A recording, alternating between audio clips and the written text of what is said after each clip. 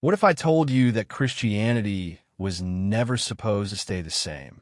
That the faith millions follow today might actually be stuck in time, missing the deeper transformation it was meant to undergo?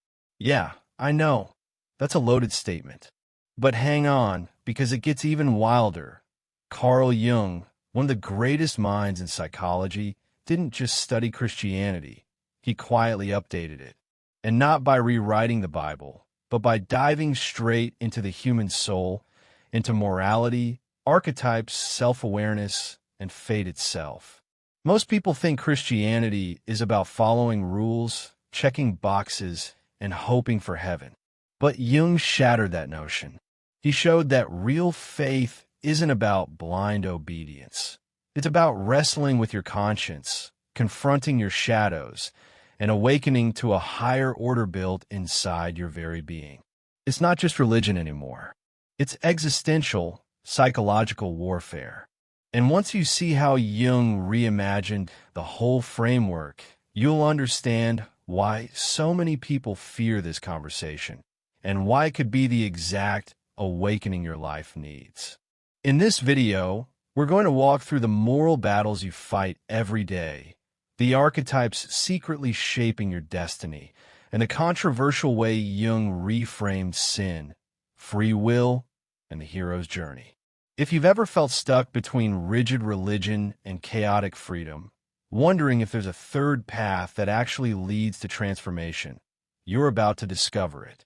And trust me, once you see it, you can't unsee it.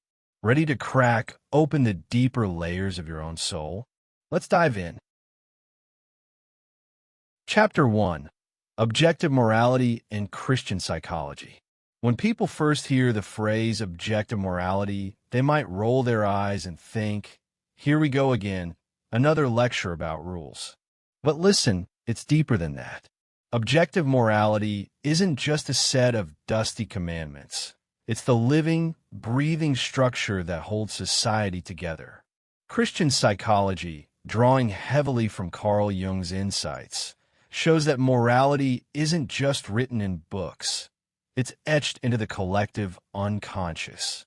Even when churches are empty and Bibles gather dust, those moral archetypes still pulse in human hearts, whispering through conscience, nudging us back toward purpose and higher order. Now, Jung had a pretty radical way of framing this. He suggested that even if we can't point to God standing at a pulpit, the archetypes of right and wrong are alive within us. They're not optional. They're like gravity for the soul. Ignore them, and you crash. Think about it. Why does betrayal sting so universally? Why does courage inspire across cultures? Because these echoes of objective morality live inside the collective unconscious, shaping our dreams, our guilt, our hero's journey. Christian psychology isn't about controlling behavior. It's about waking up to the deeper structures already guiding your fate. In today's world, morality often gets mistaken for personal taste, like picking ice cream flavors. You do you sounds nice until someone's you involves betrayal, greed, or cruelty. Jung would shake his head at that. He knew that when we abandon objective morality, we don't get freedom, we get chaos. Archetypes aren't party tricks, they're survival manuals. Imagine ignoring the map while crossing a desert just because you felt like it. Good luck. In the same way, ignoring morality maps laid out through Christian archetypes invites existential collapse. And sadly, we're seeing it more and more. A good example. Think about how communities crumble and trust disappears. Without shared moral frameworks, rooted in objective morality, relationships rot from the inside out. If you want to see this principle in action, pick up books like The Brothers Karamazov by Dostoevsky, or even The Abolition of Man by C.S. Lewis. These masterpieces don't just preach. They reveal the slow, heartbreaking decay when people abandon the higher order. Through Christian psychology, Carl Jung teaches us, morality isn't restrictive. It's the skeleton that lets the body of society stand upright. And if you think that's heavy, just wait until we peel back another layer. The constant, raging battle between Eros and Logos, where every human being stands caught between their raw instincts and the call of responsibility. Understanding that dance could mean the difference between a life of mere survival and a life of destiny. Chapter 2. Eros versus Logos. Every day, without even realizing it, you're thrown into the battlefield between Eros and Logos. It's not some fancy mythological drama. It's your Monday morning when you debate hitting snooze or getting up to build your dreams. Eros screams, "Stay cozy, enjoy the moment." Logos calmly insists, "Rise, face your purpose." Christian psychology, especially Carl Jung's wisdom, shows that this tug-of-war isn't trivial. It's the very stage where morality, purpose, and psychological conflict play out, shaping who you become at the deepest level. Eros is sneaky. It promises quick pleasure, binge-watch another series, ghost that uncomfortable conversation, grab the extra slice of cake. It taps into the Dionysian instincts that crave release, indulgence, escape. Meanwhile, Logos, the rational, moral compass within, asks tougher questions. Is this choice aligned with your fate, your higher order? Logos isn't about killing joy. It's about directing energy towards self-awareness, purpose, and responsibility. And let's be honest, nobody's naturally wired to choose Logos without a good inner fight. If it were easy, we'd all be enlightened already. Real-world example. You've had a stressful day. Eros suggests drowning it in junk food and rage-scrolling social media. Logos whispers that maybe, just maybe, journaling your thoughts or reading a chapter of Man's Search for Meaning by Viktor Frankl could actually heal something inside you. Which voice wins? That's the daily battleground where your personal hero's journey is either forged or abandoned. Jung knew that embracing Logos over Eros wasn't about being a saint. It was about consciously choosing a life that transforms chaos into order. You see, Christian psychology doesn't shame Eros, it understands it. Eros brings creativity, passion, vitality. Without it, life would be dry and mechanical. But unchecked Eros leads straight into the chaos of sin, addiction, and disintegration of conscience. That's why Logos must lead, integrating Eros rather than suppressing it. Think of it like raising a wild horse. The goal isn't to kill its spirit, but to harness its raw power into something noble and magnificent. And isn't that what true free will was meant to accomplish? As we start to dig even deeper, you'll see that the true magic happens when these forces, Eros and Logos, are embodied in archetypes. And no archetype shines brighter in this battle than Christ himself, standing as the living symbol of how to conquer instinct and transform it into destiny. Chapter 3. The Role of Archetypes and Christ. In the chaotic landscape of human psychology, archetypes act like lighthouses guiding ships through stormy seas. Carl Jung understood that morality, self-awareness, and even the battle between Eros and Logos are scaffolded by these timeless patterns embedded in the collective unconscious. Christian psychology elevates Christ to the role of the supreme archetype, the living, breathing Logos. He's not just a historical figure. He's the psychological blueprint for overcoming the lower instincts that keep people trapped in cycles of sin, guilt, and purposelessness. Christ's life, if seen through Jung's lens, isn't just about divine miracles. It's the living demonstration of mastering Eros with Logos. Picture the temptations in the desert. Every instant gratification imaginable offered on a silver platter, yet resisted. Why? Because Christ represents not merely moral restraint, but transformative responsibility, choosing higher order over emotional impulse. To model this today, it's not about wearing a halo. It's about asking at every crossroads, am I acting from Eros or Logos? That simple reflection can literally redirect the course of someone's fate. Archetypes don't live in stained glass windows. They live in you. Ever felt the gut-wrenching call to stand up for something when it would have been easier to stay silent? That's the Christ archetype stirring in your conscience. It's not just abstract philosophy, it's daily life. Books like The Road to Character by David Brooks offer practical blueprints on how to cultivate that inner alignment, showing ordinary people wrestling with their Eros and Logos, inching closer to moral greatness one imperfect step at a time. Without these archetypal models, humanity wanders blind. Logos and morality would collapse into subjective confusion. Imagine a football game where each player invents their own rules mid-match. Pure chaos, right? That's life without archetypes anchoring the collective unconscious.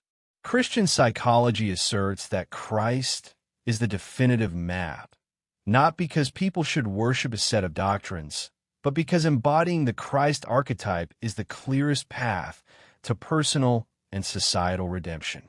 And if you think understanding these deep-seated patterns changes your view of the world, wait until you realize how much of your inner turmoil isn't even yours, how projections blur the line between self and other, and how confronting them becomes the next leap in psychological and moral growth. Chapter 4: Projections and Psychological Growth. Imagine walking through life with a cracked mirror strapped to your face. Everywhere you look, you don't see the world as it is. You see distorted fragments of yourself. That's the reality Carl Jung described with projections. In Christian psychology, this phenomenon isn't just a quirky flaw. It's a deep spiritual and moral obstacle. People unconsciously toss their fears, guilt, and suppressed desires onto others, believing he's evil or she's selfish, when really, they're confronting shadows of their own psyche rooted in the collective unconscious. Here's the thing: projections keep people stuck. They block self-awareness, twist morality, and sabotage relationships. Ever notice how some folks always find a villain in every group they join? That's not fate, it's psychology. Jung taught that true psychological growth begins when you catch yourself projecting. Instead of condemning others, you turn inward and ask, what part of me am I refusing to see? Christian morality frames this as removing the plank from your own eye before judging the speck in someone else's. It's ancient wisdom, and it's still revolutionary. A powerful exercise? Journal the moments that trigger your strongest emotional reactions. Anger at a coworker, disgust toward a public figure, resentment toward a friend. Then ask, what might this reflect about my own inner state? Over time, this practice reveals patterns you can no longer ignore. For those serious about the work, books like Owning Your Own Shadow by Robert Johnson break down this process beautifully. Remember, projections aren't just psychological. They're moral failings when left unchecked, blocking the hero's journey toward higher order.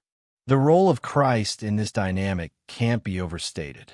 Christ serves as the antidote to projection, not because he points fingers at others, but because he embodies pure conscience. In him, Logos triumphs over ego. In embracing the Christ archetype, one gradually learns to own their darkness instead of exporting it onto the world. It's not about perfection. It's about responsibility, free will, and the willingness to transform. And trust me, there's no shortcut.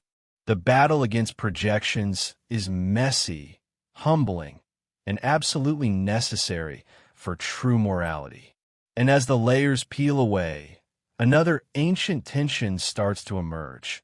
The dance between free will and destiny, where every choice you make either anchors you to fate or liberates you into a destiny forged by your own hand. Chapter 5. Free Will and Destiny. Most people like to believe they're free, that every decision they make is completely under their control. But Carl Jung, blending Christian psychology with existentialism, threw a wild card on the table. What if your so-called free will is heavily influenced by unseen forces within your collective unconscious? It's not a get-out-of-jail-free card, though. It's a call to radical self-awareness. Free will exists, but it's entangled with fate, morality, and responsibility in ways far deeper than modern culture likes to admit. Think about it. How many choices do you make that feel automatic? The person you date, the job you tolerate, the habits you can't seem to break. Are these really free choices, or are they patterns inherited from the archetypes, projections, and suppressed conflicts brewing beneath the surface? Jung pointed out that unless a person becomes conscious of these inner programs, they are destined to repeat them endlessly. In Christian psychology, this mirrors the concept of sin, living outside of logos, driven by Eros, trapped by lower instincts. Practical application time. One way to reclaim free will is through ruthless self-inquiry. Not the shallow, why am I like this type, but the raw kind that asks, what unconscious desires are steering my life without my permission? Tools like shadow work, active imagination, or even simply journaling deep fears can begin to untangle these hidden strings. Books like The Undiscovered Self by Jung are incredible allies on this path. It's uncomfortable, sure, but what's the alternative? Living a script someone else wrote for you? Here's the kicker. Even destiny itself bends when self-awareness enters the scene. You're not a pawn unless you choose to be. Aligning with logos, embracing responsibility, and integrating the darker parts of yourself can radically shift your trajectory. That's what Christian psychology insists. Salvation isn't just about belief, it's about transformation. It's about living as a co-creator of your life, rather than a prisoner of unconscious fate. Free will isn't given once and for all. It's forged every single day through conscious action. And if you're ready for that level of radical ownership, the next stage will hit even harder. The grueling, daily struggle against sin itself, where morality stops being theory and starts becoming the blood and sweat of real psychological conflict. Chapter 6. Sin and the Moral Struggle. Sin isn't just about breaking some cosmic rulebook. It's about the psychological conflict that rips you apart from the inside when you betray your own higher order. Carl Jung, through the lens of Christian psychology, showed that sin is the inevitable result of letting Eros dominate logos. Every time you act against your own conscience, you don't just mess up, you fracture your soul. It's not about guilt tripping. It's about understanding the cost of letting your instincts run the show without the steady hand of self-awareness. Modern society makes sin look almost fashionable. Do whatever feels good. Follow your passion. Sounds empowering. Until passions betray you and you're left wondering why your life feels hollow. Jung warned that giving Eros free rein, without the balance of logos, inevitably leads to personal and collective disaster. Look around. Addiction epidemics, broken relationships, aimless lives. Sin isn't some medieval bogeyman. It's a real, existential crisis of people living outside the objective morality that the collective unconscious in Christian psychology keeps trying to remind them of. Want a tangible example? Think about lying. A small lie might save face today, but over time, lies pile up like termites eating the beams of a house. Eventually, the whole structure collapses, careers ruined, families shattered, communities torn apart. It starts with a moment where Eros whispers, "Just do it. Nobody will know," and Logos pleads, "You will know." Books like The Road Less Traveled by M.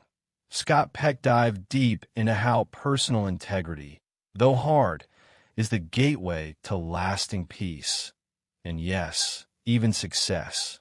But here's the good news. Struggling against sin doesn't make you weak. It makes you human. In fact, the very act of struggling proves that Logos is still alive inside you, fighting to assert itself over Eros. Christian psychology doesn't call for perfect people. It calls for warriors of conscience. Every day offers countless small battles where you either inch towards self-awareness and destiny or slip further into unconscious patterns. It's messy, exhausting, sometimes embarrassing, but it's also glorious because it means you're still in the arena. And speaking of arenas, few journeys test the strength of Logos against Eros more dramatically than the archetypal hero's journey itself. The path walked by Christ, modeled for every individual daring enough to step beyond mere survival into the realm of true transcendence. Chapter 7. The Hero's Journey and Christ's Influence. Every great story you've ever loved, whether it's ancient myths, epic movies, or your favorite novel, follows the hero's journey. And no figure embodies this path more completely than Christ himself. Christian psychology, through Carl Jung's insights, frames Christ not only as Savior, but as the supreme archetype of the human journey toward morality, self-awareness, and transcendence. Christ's life mirrors every phase: the call to higher purpose, the trials, the temptations, the ultimate sacrifice, and the final resurrection into a higher order of being. Picture it: Christ facing temptation in the wilderness, hungry, vulnerable, offered the kingdoms of the world if he'd only bow to Eros. But he doesn't flinch. That moment isn't just theological, it's psychological dynamite. It's the template for your own inner battles. Will you sell out for comfort, or endure hardship to stay aligned with your higher self, your Logos? When you face your own deserts, betrayals, losses, fears, you walk the same ancient path, facing the same eternal choices that echo through the collective unconscious. You don't have to be perfect to walk this road. In fact, the hero's journey assumes you'll fall, doubt, even despair at times. What matters is that you get up again and again, choosing purpose over numbness, responsibility over escapism. Books like The Hero with 1,000 Faces by Joseph Campbell break down how universal this journey is. But Christian psychology pushes deeper, insisting that following the Christ archetype isn't just about personal glory. It's about moral transformation that reverberates through society itself. Real-life example. Think of someone like Viktor Frankl surviving the Holocaust, refusing to let Eros, despair, rage, hatred destroy his Logos. Instead, he birthed man's search for meaning, a lighthouse for millions lost in existential darkness. That's the power of embracing the hero's journey. It's messy, painful, and often lonely, but it's the only path that leads to lasting fulfillment, responsibility, and the realization of the higher order that Christian psychology insists lives within each soul. And yet, even as individuals walk this daring path, a profound tension lingers. How do we balance the fierce call to individualism with the moral weight of social responsibility? How do we build a kingdom of heaven not just inside ourselves, but in the world around us? Chapter 8. Individualism and Social Responsibility. Individualism often gets romanticized like some heroic cowboy movie, riding off alone into the sunset, answering to no one. But Carl Jung, through Christian psychology, pointed out that true individualism isn't about isolation. It's about fully realizing your unique self while staying deeply anchored in social responsibility. Self-awareness without conscience is just another form of egoism. The real goal is balancing your heroic journey with a moral obligation to lift others alongside you, building a higher order that benefits more than just yourself. Picture society like a massive symphony. Each person is a distinct instrument, with their own tone, texture, and destiny. But imagine if everyone played whatever they wanted, whenever they felt like it. Chaos, right? Individual mastery must harmonize with the collective unconscious to create something beautiful. Christian psychology teaches that the kingdom of heaven isn't just a personal inner state. It's a vision for how community should function when Eros is disciplined by logos and when free will is guided by morality. Practical application? Start small. Volunteer once a month. Mentor someone younger in your field. Invest in projects that build real community. Not for applause, but because your growth isn't complete until it spills outward. Books like 12 Rules for Life by Jordan Peterson stress this point. Clean your room, yes, but also strengthen your corner of the world. It's not either slash or, it's both. Responsibility isn't the death of freedom. It's the maturing of it, the point where the hero's journey becomes legacy, not just survival. And let's be honest, pure individualism without social responsibility is just another mask for unchecked Eros. It looks shiny on Instagram, sure, but when the inevitable crises hit, economic collapses, spiritual emptiness, political turmoil, those isolated heroes are often the first to crumble. Jung understood that a true hero builds bridges, not just empires. Contributing to the collective good doesn't erase your uniqueness. It sharpens it, forging meaning through the friction of serving something greater than the self. And so, as this conversation unfolds, it becomes glaringly obvious. Christianity wasn't supposed to remain frozen in medieval rituals. It was meant to evolve. And Carl Jung, diving into the raw depths of morality, archetypes, and self-awareness, dared to update it for the modern world, sparking a transformation that many still find too controversial to even talk about.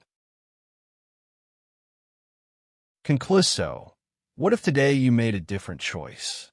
So now the question isn't whether you agree with Jung's perspective. It's whether you're ready to take responsibility for your own transformation. Are you willing to step beyond passive belief into active self-awareness, to face your projections, your sins, your deepest moral conflicts head-on? Because here's the brutal truth. Pretending you're fine doesn't protect you. It chains you to unconscious patterns that silently eat away at your potential, and your soul knows it. What if today you made a different choice? What if instead of blaming the world, you decided to wage that inner battle Jung spoke about, to become the kind of person who doesn't just survive, but actually build something worth living for?